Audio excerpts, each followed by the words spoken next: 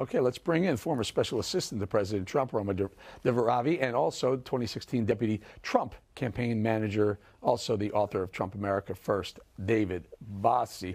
Roma, my friend Roma, I haven't seen you in a while, but I remember the days when I used to come to the White House, you'd bring me in, we'd be talking to the president a little bit.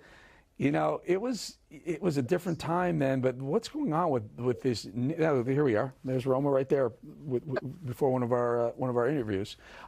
Different times. There's a lot of backbiting, a lot of fighting going on in the White House and all over Dem world, right?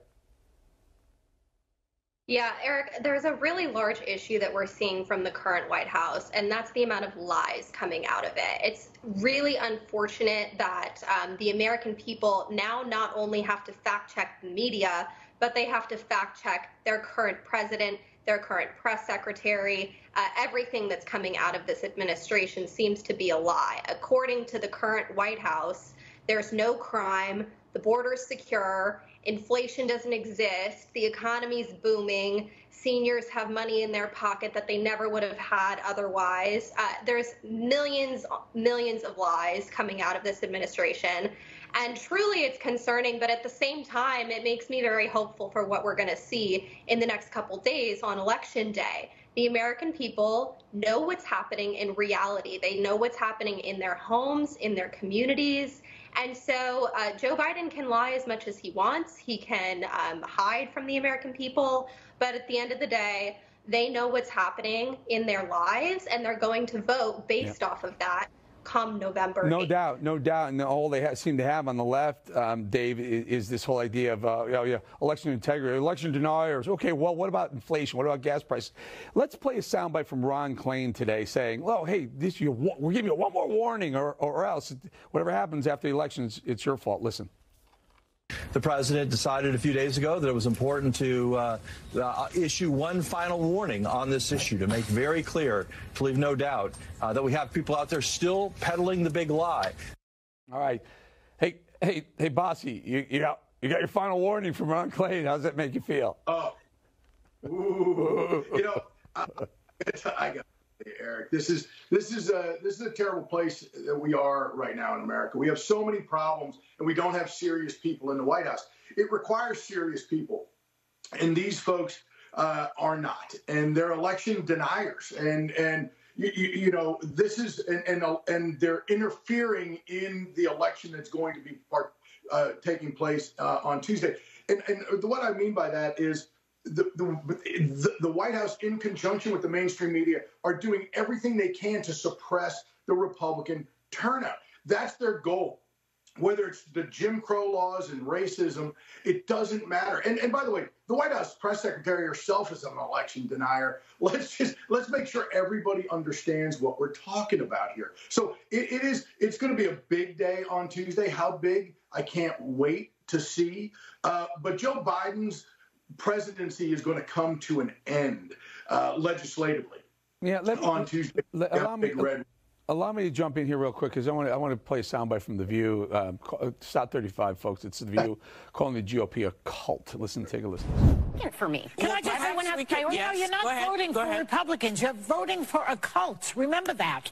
It's a cult. It's not Republicans anymore. Can I? Roma, so The View calling Republicans, if you're a GOP, you're part of a cult. It's this constant finger pointing, this constant name calling. They're about to get slammed, as Dave points out, in the midterms. But if you vote against them, you're part of a cult. You're against America, and you hate democracy. Yeah, you think they would have learned from their mistakes calling us deplorables back in 2016, but apparently history repeats itself in very extreme fashion with the Democrat Party and their name calling all over again. What they never learned from their mistake is that we liked being called deplorables. We took advantage of it like you do on a playground. If you're getting bullied and you own that, they have nothing on you. We are the MAGA Republicans. We are strong. We are fighting for freedom. We're fighting for safety and security and economic prosperity. And so if they want to call us names, let them do it. But at the end of the day, that's only going to empower the American people to turn out stronger and more for Republicans on Election Day. Why?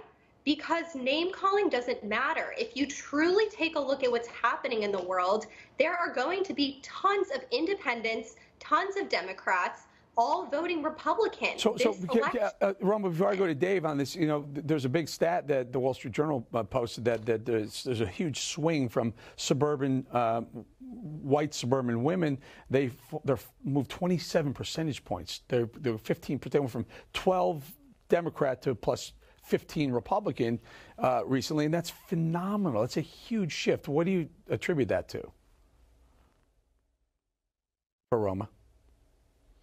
Yeah, it's huge. I mean, it goes back to what's happening at the kitchen table, what's happening in the communities. If their children aren't safe walking to school, they're going to look at other options. Who is running their community? Who is in their school board meetings? Who is their mayor?